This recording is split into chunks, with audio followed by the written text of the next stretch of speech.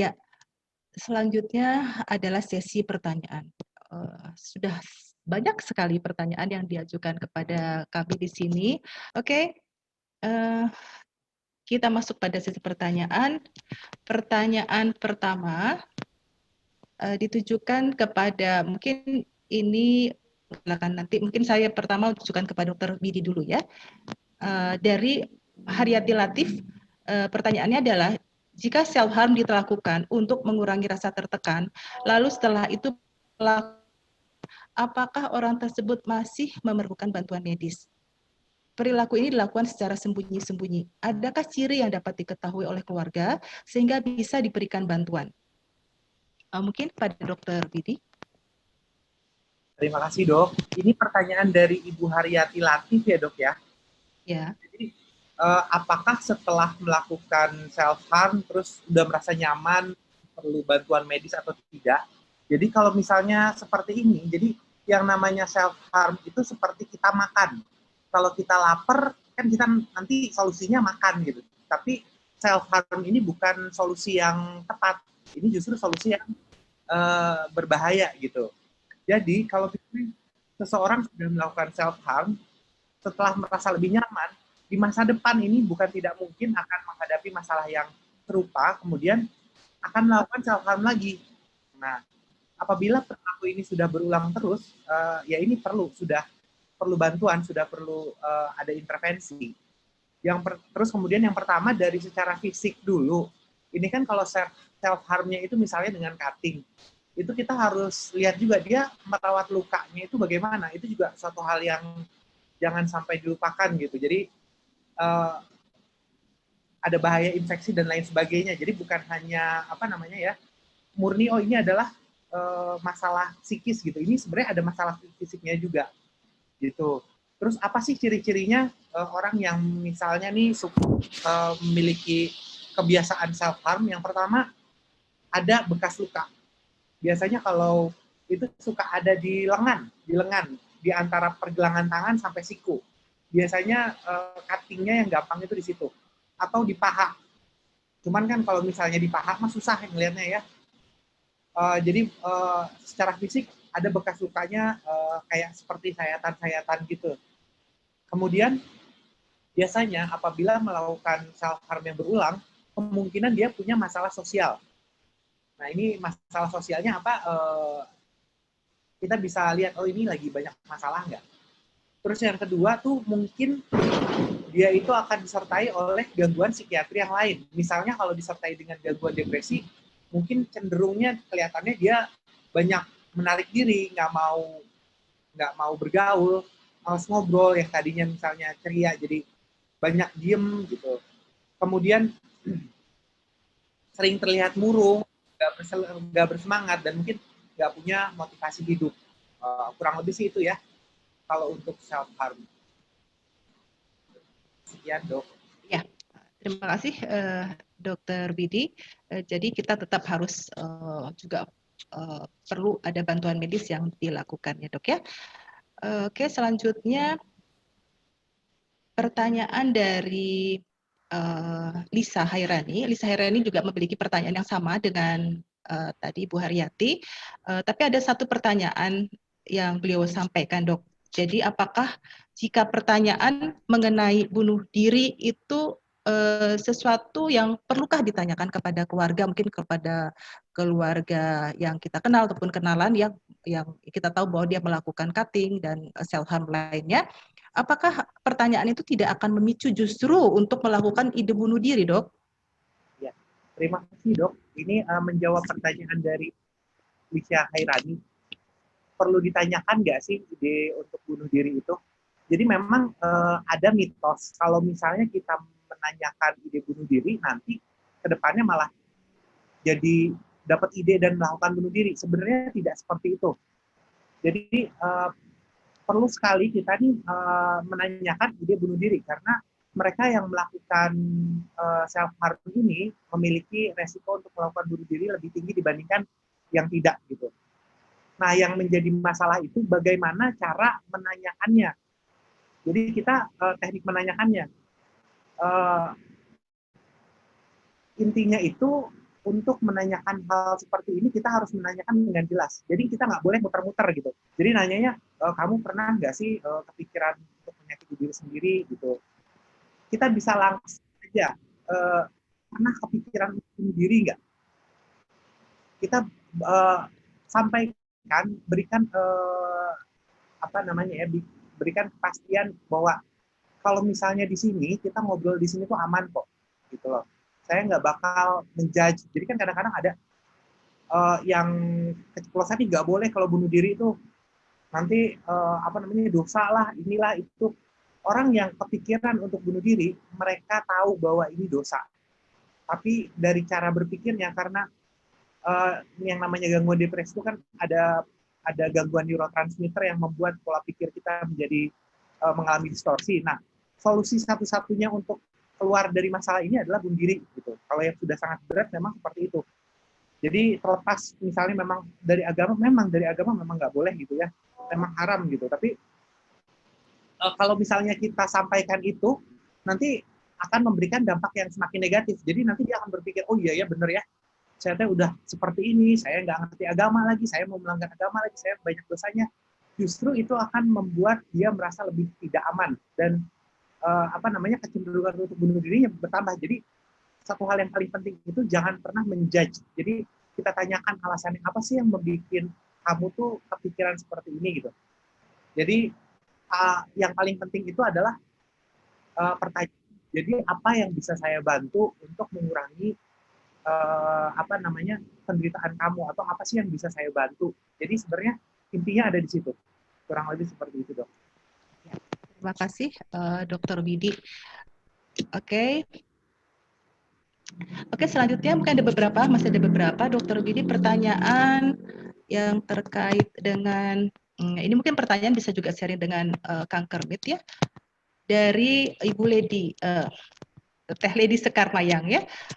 Pertanyaannya adalah, bagaimana jika seseorang yang self-harm malah mengupload perilakunya ke sosial media?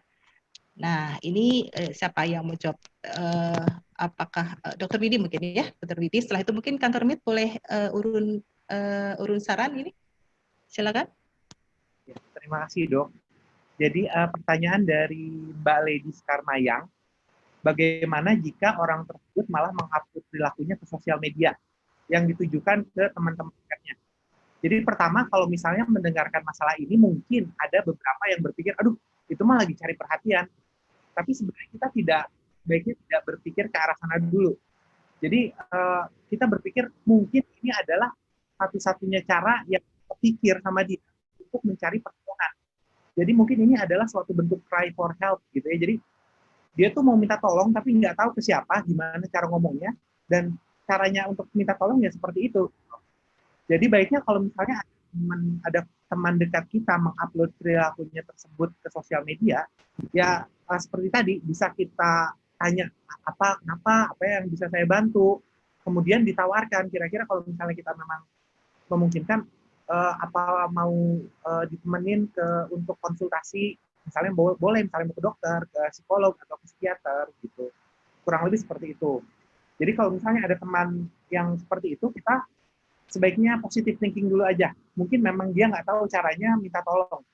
Ibaratnya dia tuh self harm aja kan nggak tahu gimana caranya merasakan emosi untuk untuk membuat dirinya untuk mengatasi emosi yang meluap-luap. Jadi mungkin cara minta tolong juga dia bingung. Jadi ya udah kita berpositive thinking, dibantu gitu. Ditawarkan bantuan kalau misalnya memang memungkinkan untuk kita. Kalau dari saya seperti itu, Dok. Ya, terima kasih. Kepada Kang Kermit, Dr. Endri, ada tambahan mungkin yang bisa di-sharing, Kang? Ya, ini jadi keinget tahun 2015 karena dulu saya juga cerita di sosial media waktu itu di Facebook. Jadi dulu kalau saya melakukan itu karena saya ngerasa ya udah deh hidupnya udah hancur banget ya, jadi ya udahlah, kayaknya nggak ada masa depan lagi buat saya. Akhirnya udah saya share aja semua hal tentang perilaku saya di sosial media itu biar makin hancur hidupnya, dan ya toh udah nggak ada masa depan gitu, jadi buat apalah. Jadi dulu tindakan itu saya lakukan untuk ya udah makin merusak diri sendiri gitu. Kalau kemudian ada yang share ini di sosial media, ada baiknya ada buruknya sebenarnya. Baiknya adalah kita jadi tahu nih dia sedang punya kesulitan gitu. Dan di situ ada di pertanyaan juga ada yang bertanya apa titik balik saya gitu. Titik balik saya adalah dengan sharing di sosial media waktu itu gitu. Karena dengan saya sharing di sosial media, saya sharing tentang penderitaan saya. Dan dengan sharing penderitaan saya, orang jadi tahu kalau saya sedang punya ada masalah.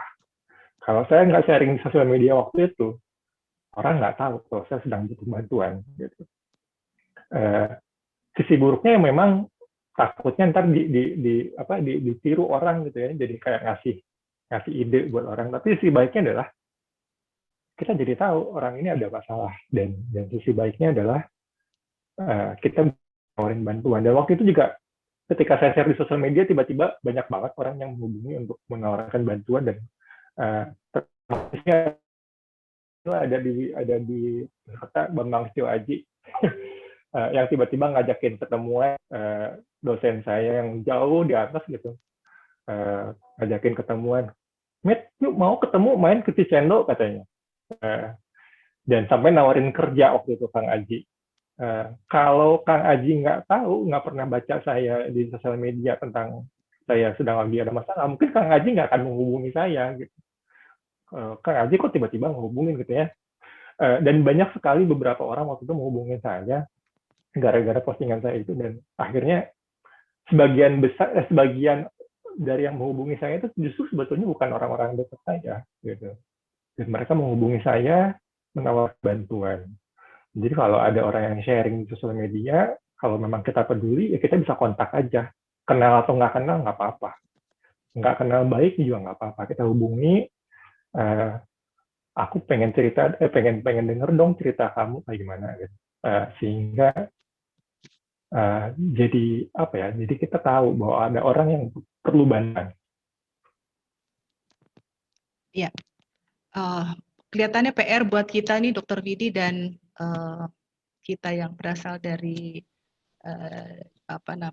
kesehatan jiwa, untuk bisa lebih mensosialisasikan keberadaan kita mungkin ke masyarakat bahwa kita ada gitu ya, dan kita itu mudah dijangkau, kita ada di sekitar yang mana siapapun bisa datang ke kita gitu ya, untuk tenaga atau psikiater ataupun psikolog ya.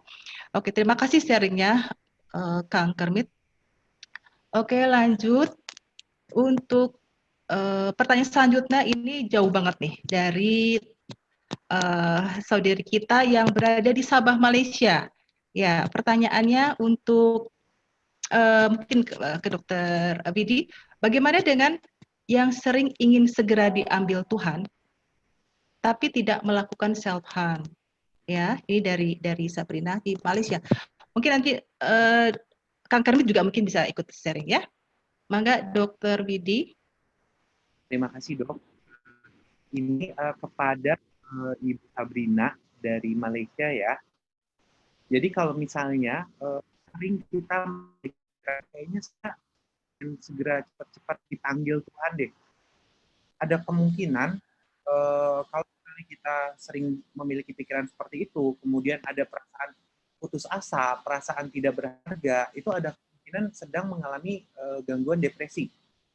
Jadi kalau misalnya untuk memastikan, kalau saya menyarankan lebih baik datang ke profesional kesehatan jiwa gitu. Boleh misalnya mau ke psikolog dulu boleh, mau ke psikiater boleh, mau ke dokter umum dulu juga boleh.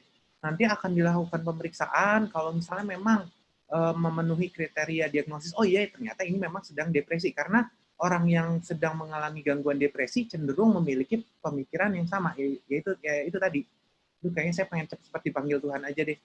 Nah, untuk memastikan sih saya menyarankan baiknya konsultasi dulu. Karena mungkin kemungkinan kalau misalnya memang ke arah gangguan depresi, mungkin ini sudah perlu psikoterapi dan juga obat ya, Dok. Ya, informasi mungkin kita bisa sharing, Dokter Widi, bahwa psikiater untuk saat ini setahu saya sudah memberikan pelayanan di hampir semua rumah sakit umum daerah. Ya, jadi di rumah sakit umum daerah itu sudah ada psikiaternya. Jadi apapun yang Bapak Ibu rasakan, mungkin ada dari keluarga, itu tolong disosialisasikan, diinformasikan bahwa jangan sungkan-sungkan untuk datang ke psikiater atau psikolog ya di fasilitas senter kesehatan terdekat ya. Oke, mungkin itu. Selanjutnya ini ada pertanyaan yang terkait dengan anak ya, kesehatan anak remaja ya, anak dan bahkan usia 10 tahun. Ini dari Ibu Lani Ishak ya.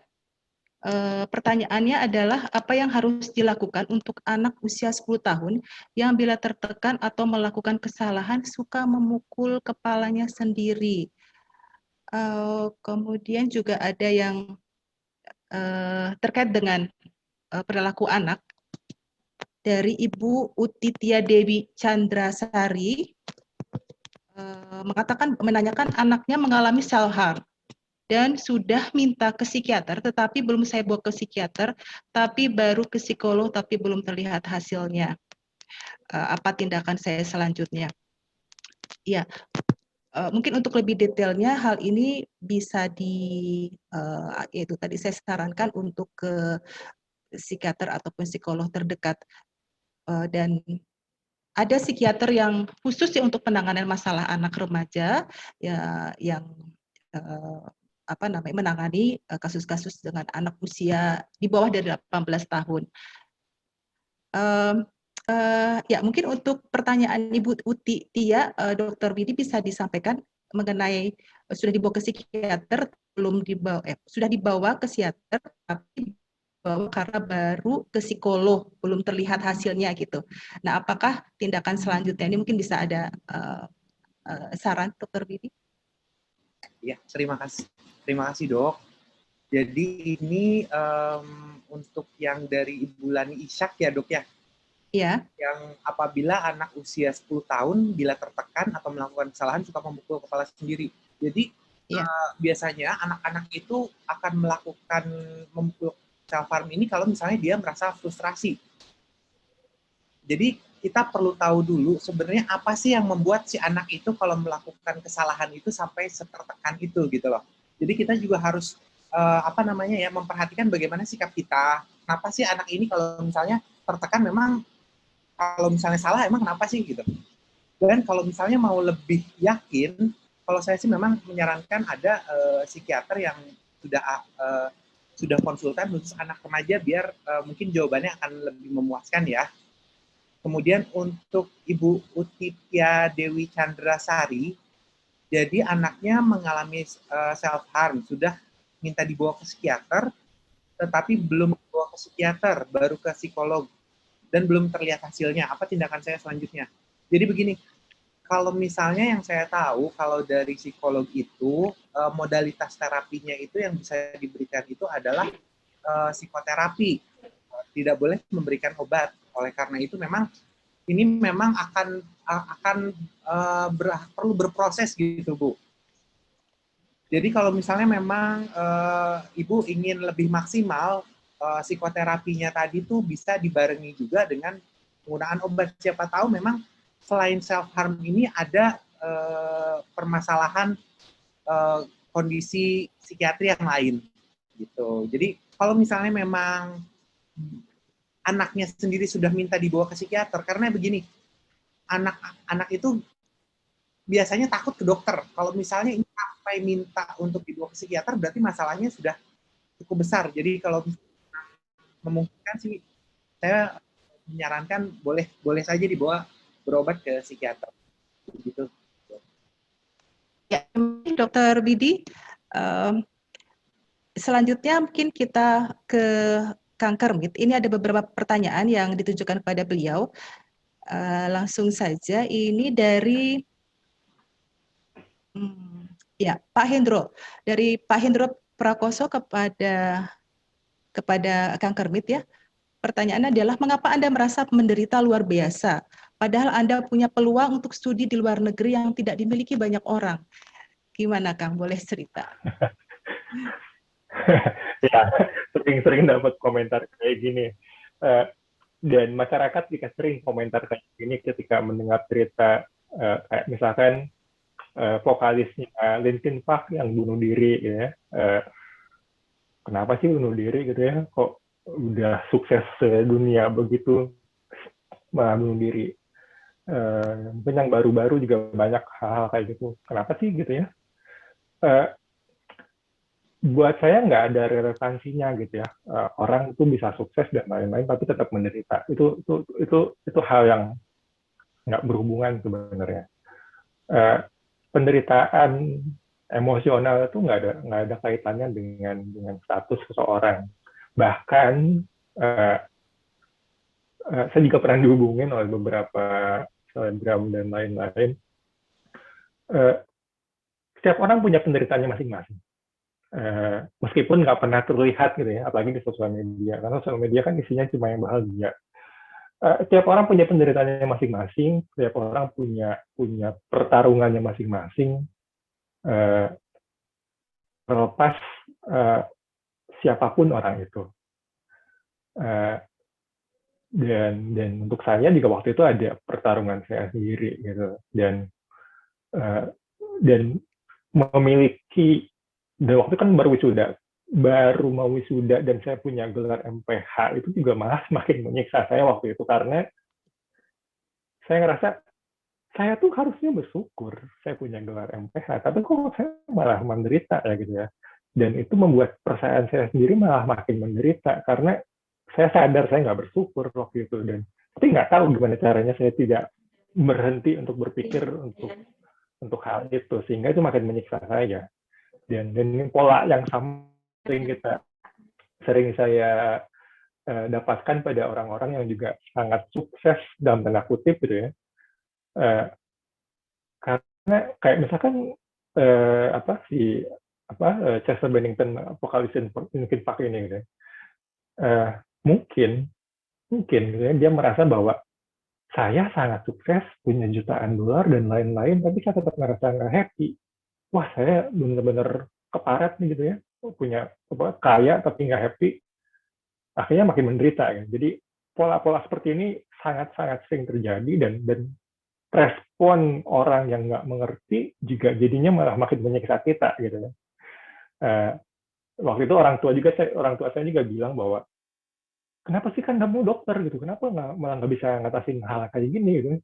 Dan niatnya bagus gitu ya, untuk mencoba menyadarkan saya untuk bersyukur, tapi nggak bisa kayak gitu ya. Dan itu malah akhirnya membuat saya makin jatuh ke dalam rasa depresi saya. Dan semua pola-pola kayak gini juga sangat umum ditemukan pada penderita gangguan jiwa gitu. Jadi gini, orang dengan gangguan jiwa itu pasti pernah lah mencari tahu atau bahkan mencari pertolongan dengan Google, misalkan cari di internet. Jadi kalau kita ngasih saran pada seseorang atau hal-hal seperti itu, biasanya saran yang diberikan orang itu udah pernah kok dipikirin kami. Saran apa ibadah, kami sudah pernah coba kok. Saran apa lagi bersyukur, kami udah pernah coba.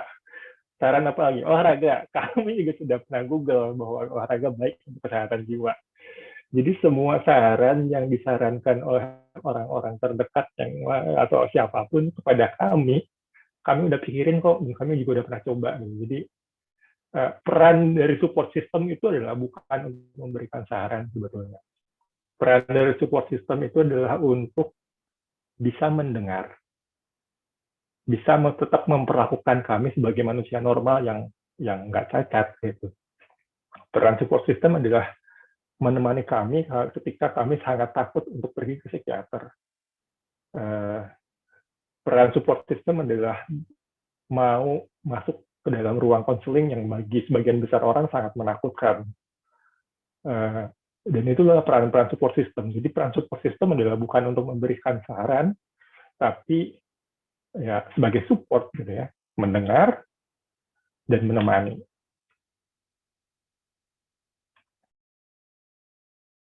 Oke, melanjut pertanyaan yang disampaikan oleh pertanyaan sebelumnya, ini ada mungkin pertanyaan yang masih ditujukan kepada Kang Kermit.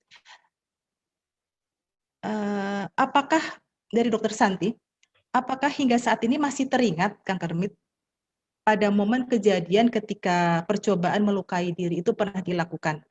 Waktu itu perasaan apa tuh yang dimiliki oleh Kang Kermit dan apakah masih dirasakan hingga saat ini?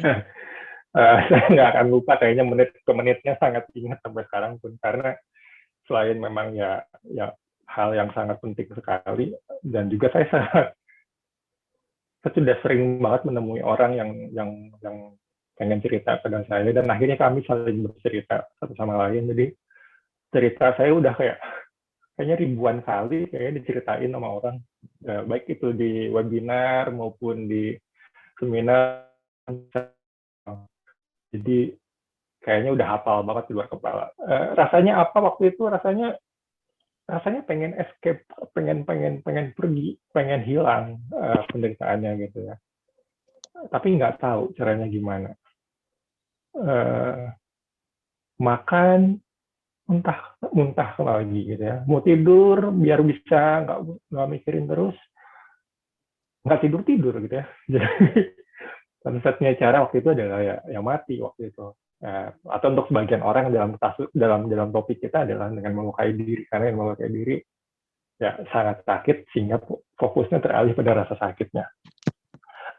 Yang penting lainnya adalah hal itu, waktu itu saya untungnya waktu itu saya curhatnya kepada teman orang Swedia, teman sekelas saya. Teman saya yang orang Swedia ini langsung menelpon polisi untuk datang ke apartemen saya, mendobrak apartemen saya. Hal yang kalau saya ceritanya kepada teman Indonesia mungkin nggak terjadi hal itu.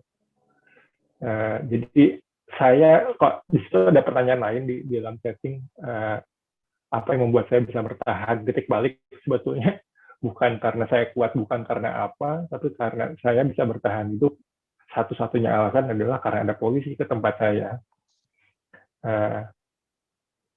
Maksudnya itu suatu respon yang sangat tidak umum kalau kita cerita gitu ya, di Indonesia, misalkan ada seorang cerita dia pengen bunuh diri dan lain-lain, terus responnya adalah telepon polisi, kayaknya di sini enggak gitu ya, enggak normal hal seperti itu. Tapi waktu itu seperti itu gitu ya. Respon teman saya adalah nelfon polisi datang ke tempat saya, mendobrak apartemen, saya selamat. Tanpa ada polisi nggak ada gitu. Jadi inilah gangguan jiwa. Gangguan jiwa itu suatu hal yang nggak bisa kita atasi sendiri. Gangguan jiwa bukan sebuah situasi yang bisa diselesaikan setiap orang secara individual. Tapi gangguan jiwa itu harus diselesaikan dengan adanya support system. Tanpa support system nggak mungkin kita bisa survive. Ya, pengalaman yang luar biasa, Kang Kermit. Dan sekali lagi saya mengucapkan terima kasih sudah berkenan untuk sharing dengan kita semua pada siang hari ini. Ya, masih melanjut pertanyaan yang terkait dengan itu, Kang Kermit. Banyak dari kita ingin tahu nih, apa sih Kang Kermit titik baliknya sehingga waktu itu tidak jadi melakukan suicide? Apa titik balik yang Kang Kermit alami? Ya, jadi titik baliknya bukan tidak jadi ya, tapi karena polisi datang.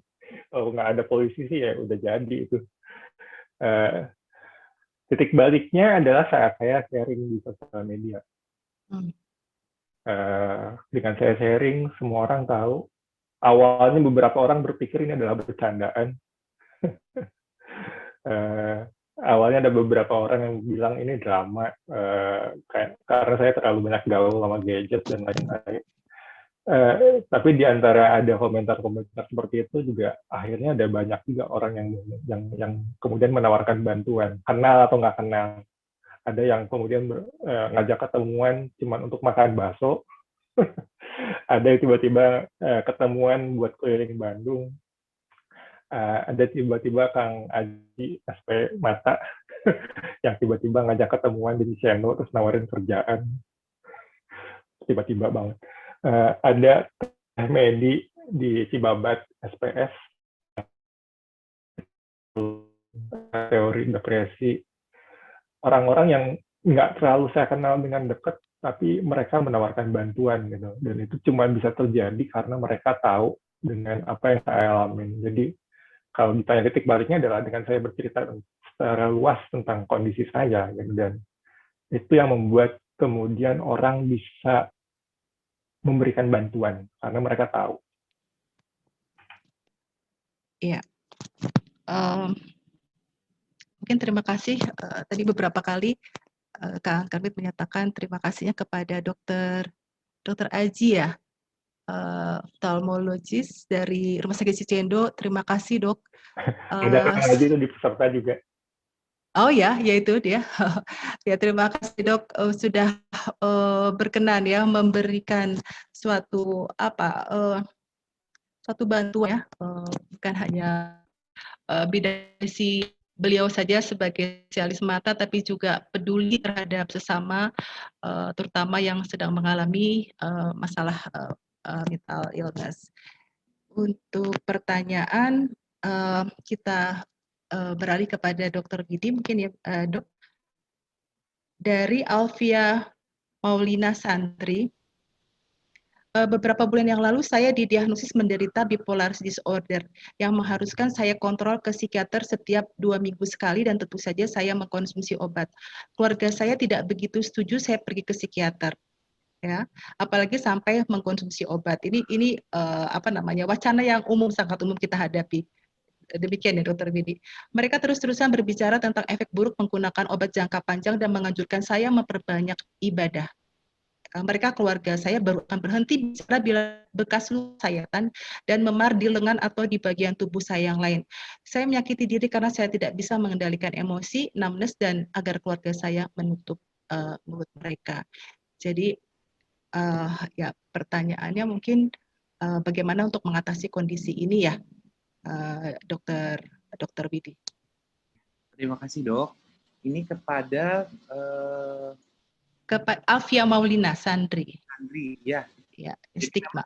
Ya, memang ini sikap orang tua yang seperti ini tuh memang banyak ditemukan ya kalau di Indonesia. Sebenarnya yang menjadi penyebab utamanya itu karena kurangnya pemahaman dan informasi gitu. Jadi sikap orang tua seperti itu karena memang tidak paham dan tidak mengerti. Jadi kalau misalnya untuk sementara kalau misalnya bisa diajak misalnya untuk kontrol sehingga nanti orang tua tuh bisa diberikan penjelasan, mungkin mudah-mudahan itu bisa membantu ya. Jadi nanti psikiaternya yang menjelaskan kepada orang tua. Karena kalau misalnya posisi kita misalnya sebagai anak mau menyampaikan sesuatu kepada orang tua tuh agak berat, nanti bisa macem-macem dibilangnya gitu. Jadi kalau misalnya yang lebih enak, saran saya pada saat berobat boleh diajak orang tuanya untuk ketemu dengan psikiater, biar diberikan penjelasan gitu loh. Kurang lebih. Iya, Dokter Widi lagi-lagi PR kita dari psikiater tenaga kesehatan jiwa yang harus lebih menggaungkan kelihatannya bagaimana supaya stigma dalam masyarakat ini terhadap masalah kesehatan jiwa ini bisa berkurang atau bahkan mungkin bisa hilang. Ya, jadi masih panjang perjalanan kita Dokter Widya untuk bisa mensosialisasikan kesehatan jiwa ini agar juga menjadi suatu penyakit yang diterima seperti penyakit-penyakit lainnya. Ya. Oke, mungkin satu pertanyaan saya boleh tanya ke Kang Kermit. Kang Kermit,